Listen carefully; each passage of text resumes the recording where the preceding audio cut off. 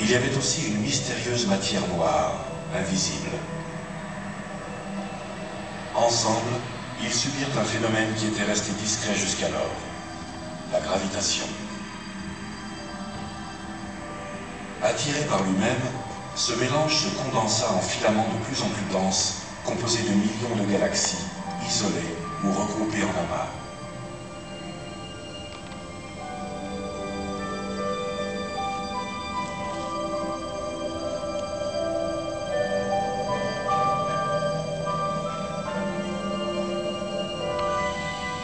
Voici notre galaxie, la Voie lactée.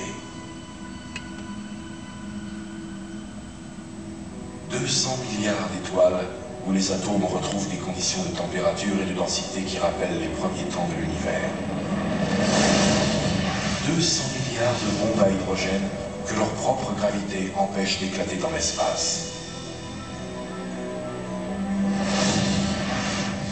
Mais comment ce monde gazeux, à base d'hydrogène et d'hélium, finit-il par se peupler de planètes solides comme la Terre? C'est une histoire répétée à l'infini. À force de brûler sans compter, une étoile massive commence à fabriquer des résidus comme l'oxygène, le carbone ou le fer. Cet astre, dont le diamètre est de plusieurs fois la distance Terre-Soleil, met des millions d'années avant de tomber à court de combustible. Alors, son noyau s'effondre en quelques secondes.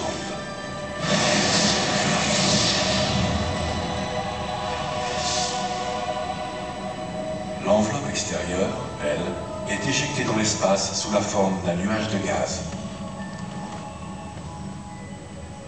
Au centre, il ne subsiste plus qu'un cadavre stellaire, une étoile à neutrons d'une dizaine de kilomètres de diamètre en rotation rapide. Pendant des semaines, des mois, cette supernova illumine le ciel, plus brillante que le plus brillant des soleils. L'étoile n'est pas morte en vain. Elle ensemence l'univers de ces nouveaux éléments qui finissent par rejoindre, comme cet atome de carbone, le nuage de gaz et de poussière d'une nébuleuse.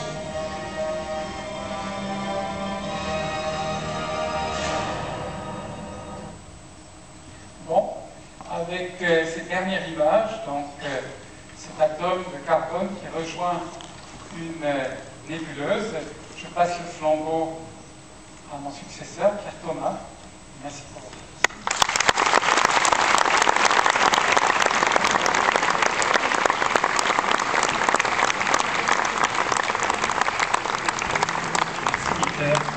Une petite précision, si vous voulez poser